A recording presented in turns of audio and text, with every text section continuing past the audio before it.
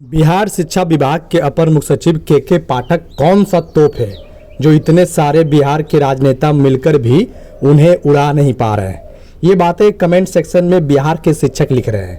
इसलिए लिख रहे हैं कि के पाठक की मनमानी पिछले कई महीनों से, बोले तो लगभग 1 साल से उनकी मनमानी शिक्षा विभाग में चल रही है।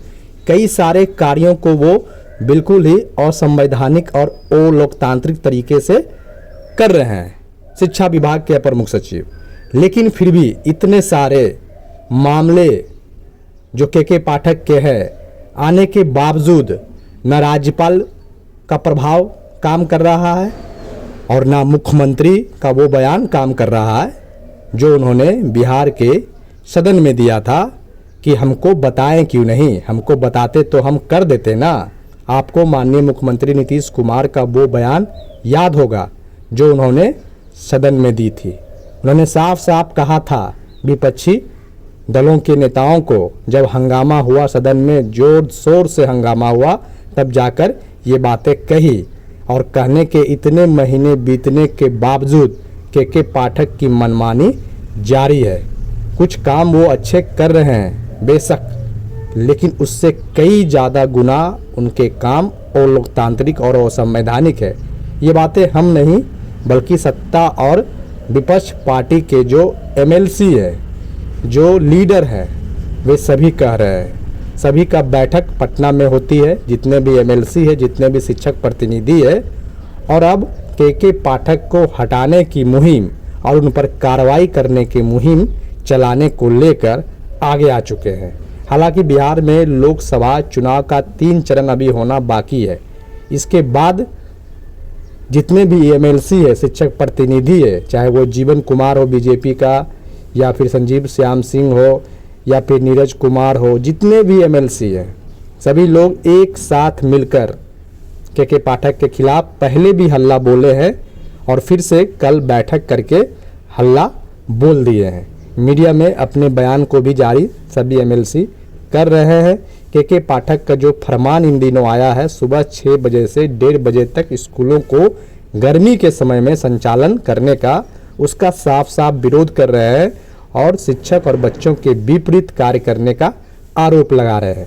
हालांकि 15 अप्रैल से 15 मई तक के पाठक के फरमान के अनुसार बिहार के सरकारी स्कूलों में गर्मी की छुट्टी निर्धारित थी, लेकिन यह छुट्टी गर्मी की छुट्टी नहीं थी। गर्मी की छुट्टी में भी बच्चे विद्यालय आ रहे थे और बिहार के सरकारी स्कूल खुल रहे थे।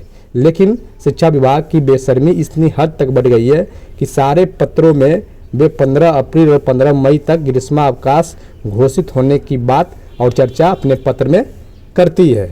यह कहाँ तक न्यायोचित है, कितना सही है, ये बातें अब शिक्षक और बिहार के बच्चे सहित अभिभावक भी समझने लगे हैं, जिसका खामियाजा सीधे जो लोकसभा चुनाव के 3 चरण बचे हैं उसमें सीधा सीधा देखने को मिलेगा। और इसको लेकर कई पत्रकार भी जो है अपने बयान को ट्विटर पर, एक्स प्लेटफॉर्म पर जारी किया है। आपको बता दें, जितने भी चरण का चुनाव लोकसभा का सीटों पर हुआ है उसमें तो विरोध हुआ ही हुआ, लेकिन ये जो 3 चरण बचे हुए हैं इसमें बहुत ज़्यादा संख्या में शिक्षकों का जो वोट है, शिक्षक परिवार का जो वोट है, वो एनडीए के खिलाफ जाएगा। और वजह सिर्फ है के पाठक के मनमानी और तानाशाही वाला फरमान। तो देखिए बिहार के माननीय मुख्यमंत्री कहाँ सोए हुए हैं, वे संज्ञान क्यों नहीं लेते हैं। उनके ही बातों का पालन आज तक नहीं किया गया, फिर भी मौन धारण किए हुए हैं। समझना तो पड़ेगा।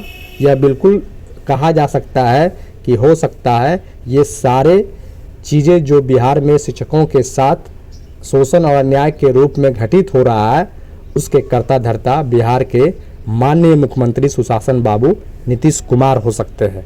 और ये बातें अब शिक्षक भी अपनी जुबान से साफ साफ कहते हुए दिख रहे हैं, जिसका फ़ायदा सीधे विपक्षी पार्टियों को मिल रहा है, महागठबंधन पार्टियों को मिल रहा है। क्योंकि चुनावी समय है, चुनाव का मौसम है, वोट का एक एक जो वोट होता है वो चुनाव में महत्वपूर्ण होता है।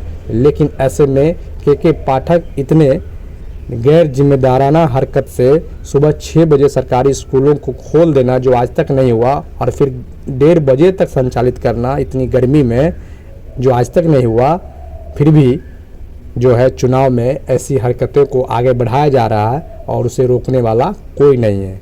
लेकिन देखिए एमएलसी महोदय, जो जितने भी एमएलसी महोदय है, चाहे वो किसी भी पार्टी को, बीजेपी, जेडीयू, आरजेडी, जो भी पार्टी है, सब लोग एक साथ मिलकर के पाठक के खिलाफ आवाज़ बुलंद कर रहे हैं। और आवाज़ बुलंद करने का परिणाम आज तक तो मिला नहीं है, लेकिन अब लगता है कि मिलना चाहिए, क्योंकि चुनाव में जिस तरीके से के पाठक की वजह से एनडीए को डैमेज हुआ है वो कोई आम बात नहीं है, बिल्कुल खास है। क्योंकि बहुत सारे सीटों पर अगर चुनाव एनडीए हारती है तो उसका वजह के पाठक और शिक्षकों की नाराज़गी हो सकती है, क्योंकि शिक्षक और शिक्षक परिवार साफ साफ उनके विरोध में, एनडीए के विरोध में वोट कर रहे हैं। सरकार के प्रति जो नाराज़गी है वो वोट देकर जाहिर कर रहे हैं। तो देखिए आगे आगे होता है क्या।